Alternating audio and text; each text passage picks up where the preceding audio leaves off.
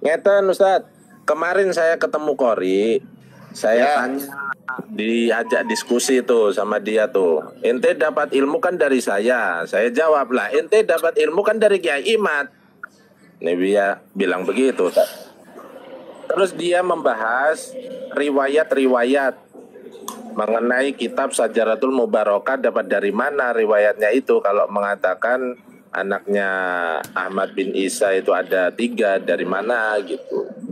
Nah di situ saya jawab, di riwayat sebelumnya dong. Mana gitu. Mungkin Ustadz Alwi bisa menjawab masalah itu.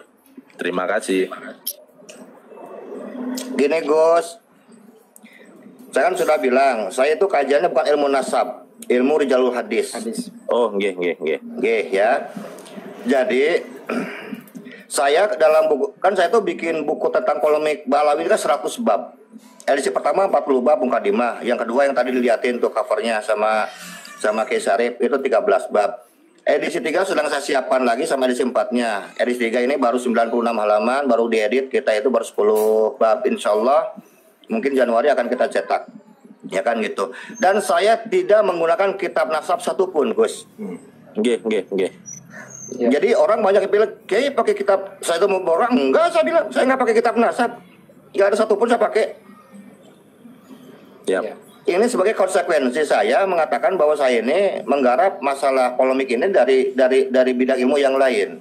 Jadi rijalul hadis sama sejarah yang mungkin selama ini tidak diungkapkan atau tidak tersampaikan oleh Kiai Imad, maka saya mewakili beliau untuk menyampaikan dalam bidang ilmu yang lain. Iya. Saya sepakat Kiai begini Kiai. Waktu saya ketemu Kiai Imad bahwa buku saya untuk menguatkan tesis Kiai Imad. Betul.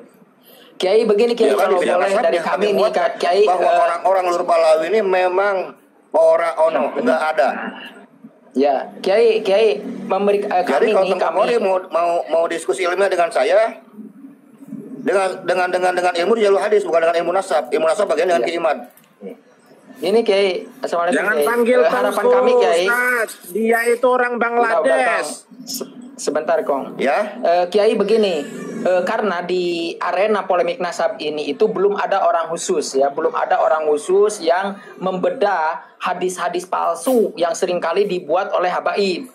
Dari riwayat-riwayat palsu, cerita-cerita palsu yang tentang selalu ke Nabi, selalu hadis. Nah, ada beberapa hadis yang menjadi doktrin mereka dalam Ahlul Bait yang sudah saya kirim itu. Coba Kiai, menurut saya itu hadis palsu. Bagaimana menurut Kiai? Apakah itu benar hadis palsu atau memang hadisnya benar dipalsukan atau seperti apa? Tapi yang saya pahami itu hadis palsu. Setidaknya saya ngumpulin 20 hadis itu Kiai. Ya. Saya itu sudah bicara sama Kiai Syarif, termasuk sama Kiai Nurhya.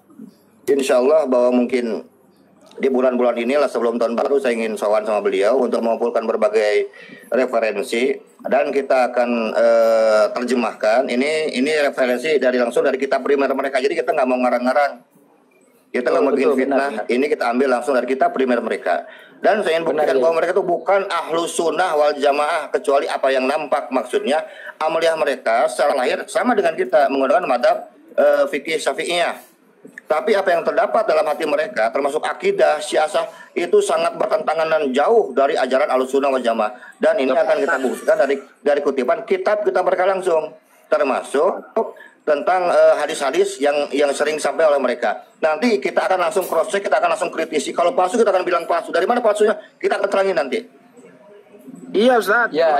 Imam-imam itu Ustaz. Imam mana ada itu ajaran sunni ahlu sunnah baiat imam itu. Dari kalangan mereka kan imam besar itu baru sadar kita. Iya, itu kan dalam buku yang edisi 3 kan kita bongkar juga. Ideologi Rizik Syihab itu apa sebetulnya? Ada yang tahu nggak? Iya, mohon maaf Pak Yai, begini ya. Kemarin itu sudah saya berdiskusi dengan benar ini datanya gitu. Dan kita akan buktikan. Ini kan omongan mereka. Kita akan buktikan dengan kaidah-kaidah dan ilmu sekarang yang masyhur yang berkembang di para jajaran para ulama. Gitu. Jadi ini kita nggak main fitnah-fitnahan, kita main data aja. Silahkan bantah data dengan data. Bantah fakta dengan fakta lagi. Nggak usah pakai pada ngeyel-ngeyel lah. Nggak usah pakai sahina, asumsi segala macam. Ya, kalau sekarang pengen jadi pintar, cerdas, cuman pakai Aduh. Itu saja. Jadi Mohon maaf, ini Pak Yai, sebagai tambahin sedikit. jawaban kepada kita semua, satu, bahwa Balawi ini secara akidah dan siasat Ahlussunnah wal Jamaah. Dua, sebagai pukulan untuk MUI, itu maksudnya. Mereka begitu gampang dan berani mengeluarkan fatwa sesat untuk Syiah, Ahmadiyah. Ini Balawi jauh lebih sesat dari Syiah. Jauh lebih sesat daripada Ahmadiyah. Kenapa diem aja? Halo MUI. Kalau MUI tidak bisa berfatwa, biarkan kami yang berfatwa untuk MUI sekalian kita kasih fatwa mereka. Bahwa MUI itu kelompok orang-orang sesat. Mohon maaf Pak Yai, mohon maaf. Membiarkan polemik ini berlanjut. Majelis ulama, Mohon maaf Pak Yai. Gawainya duduk terus, abang majelis, saya bilang nih. Kiai, hadis Sakolain menurut Kiai gimana? Hadis Sakolain itu gimana? Itu hadisnya sahih itu mah. Ya, tapi dengan redaksinya hanya ada penyelewengan dalam penafsiran hadis Sakolain itu yang kita akan bahas penyelewengan maknanya. Yang benar itu itrofi atau kitabi atau sunati Kiai. Jadi kan ada sohe bil lafdi, ada sohe sekarang bil makna. Nah ini maknanya ini yang sering diselewengkan. Subhatkan ya. Iya. Yang sohe itu yang itroti. Golongan mereka nih, ini yang harus kita jawab nanti di masyarakat. Kita luruskan. Yang itroti atau yang sunati Kiai itu yang bagus. Kiai nanti kalau dipatahin sakit itu.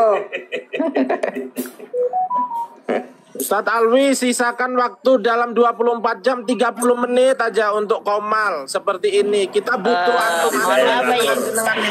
Insya Allah selama saya sehat. Amin. Begini Pak Yai. Pak Yai, mohon Ya. maaf ya, mohon penekanan ya. Begini, selama ini saya berdiskusi dengan kawan-kawan itu, kalau dilihat dari segi amaliyah itu sulit sekali untuk dibedakan ya. Secara dohir itu mereka Ahlussunnah wal Jamaah. Tetapi ketika saya baca dari sisi harokah dan siasah itu mendekati, sangat-sangat mendekati dengan Syiah. Itu bagaimana Pak Yai menurut jenengan? Mantap. Iya. Bukan sohe, suohe. Kuadrat. Waduh, ya, alhamdulillah, berarti benar selama ini diskusinya. Tapi Syiahnya Syiah apa kira-kira Kiai? Soalnya belum kita dapati secara tegas mereka itu melaknat sahabat gitu, secara tegas ya. Tapi secara satir-satir sudah ada sebetulnya dalam bentuk karomah kan. Kira-kira ini Syiahnya apa yang kita pahami itu? Yang saya lihat dari 32 firqah Syiah, Balawi ini berbeda sendiri. Mungkin firqah Syiah yang ke-33. Penerus Ubaidiyun, Fatimiyun, mungkin dua Ismailiyah ya. Iya, Ubaidiyun, campur Fatimiyun. aduk macam-macam bener. Campur aduk. Berarti si ketoprak. Ya, Syiah gado-gado lah gitulah. Ya, alhamdulillah. Matur suwun Pak Yai, matur suwun penjerahane. Ya, sama-sama. Mau nggak dilanjut sama Ki Sarip? Saya mau ngurut rokok dulu bentar. Kan rangin secara ringkas itu kan dengan wilayah Rijalul Hadis. Saya pengennya orang bantah Rijalul Hadis dengan Rijalul Hadis lagi, jangan pakai fikih. Nasab dengan nasab biar nyambung. Fikih dengan fikih lagi. Jadi ini mau dibahas pakai ilmu apa sebetulnya? Ya. Jadi supaya nggak ngelebar kemana-mana ya. Betul. Orang nerangin matematika, rumus matematika jawab sama ilmu kimia. Itu jangan begitu. Kemana wae ya mah? Yang ngejalur namanya. Siap.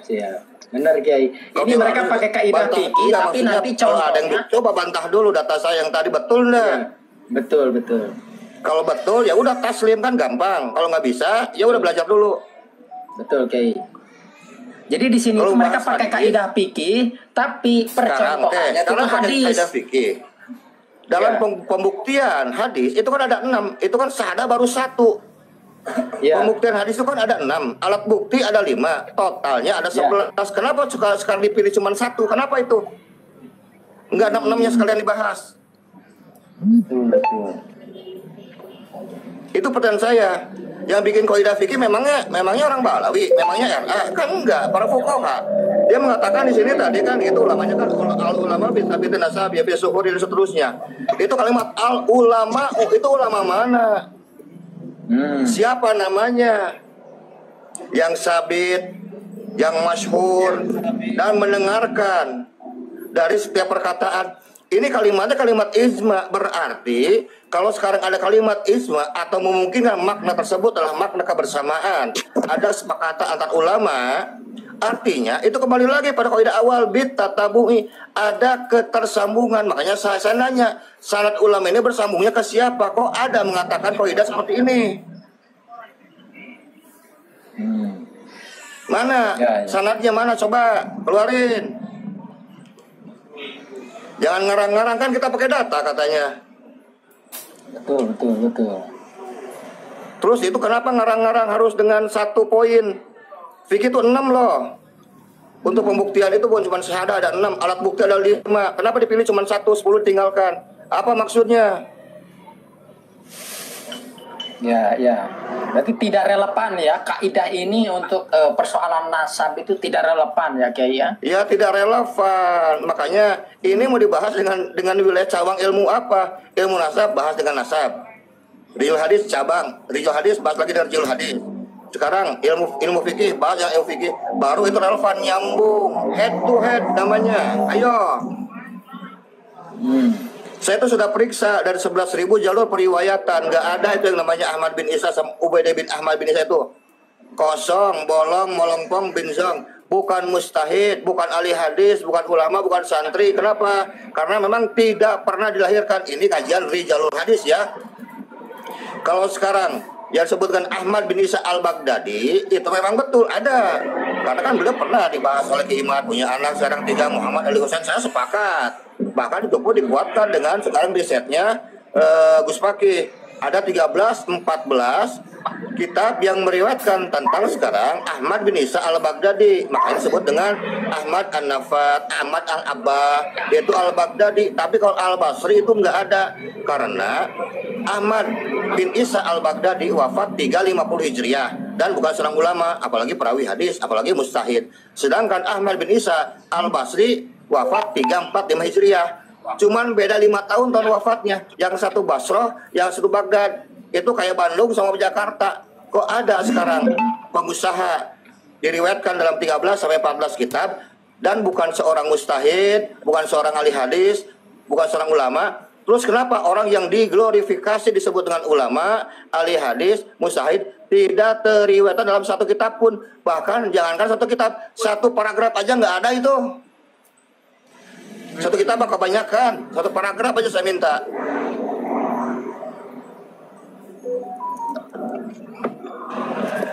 Nanti bilang, ya kan orang yang tidak tercatat belum tentu tidak ada. Yang sedang kita bicarakan ini kan seorang sosok ulama, ahli hadis dan mustahid. Bukan tukang rambutan, bukan tukang syukur, bukan tukang candil, bukan tukang channel. Jangan kemana aja ngomongnya gitu. Ya. Apa gini Kiai, yang saya pahami itu di sini itu kaidahnya itu benar. Hanya saja mereka itu tidak memenuhi kriteria yang dimau di sini. Asyhadu alla nasab al-masyhur bisima. Benar. Cuman nggak lengkap. Kayak orang sekarang mau wudu, cuman sekarang kumur-kumur sama bersihin muka, yang nggak sah tuh. Ya, benar Kiai, benar. Itu kan sudah ada 6, makanya kalau mau bahas 6 semuanya, kok coba cuman satu-satu, kumaha aja teh. Kiai Bandung pisan, hebat. Makanya saya teh males. Mohon maaf Pak Yai. Itu juga Mas Runa, Pak Yai, kalau panjang katanya podcast, Kiai nggak mau, saya bilang nggak kelas, saya bilang kalau podcast, kalau mau ayo seminar di kampus. Ayo kita lucutin semua sekalian. Mohon maaf Pak.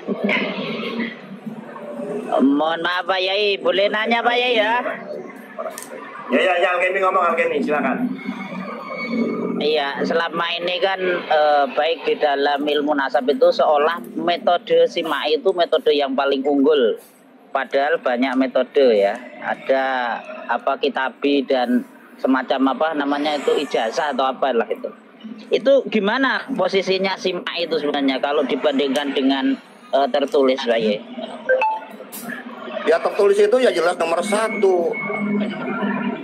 Makanya terbukti dengan adanya pencatatan dan sekarang semua terbukti dengan adanya kitab-kitab Sahih Bukhari dan semuanya itu bukti Sekarang orang yang mendengar kemudian dituliskan agar bisa diverifikasi dengan ada tulisan.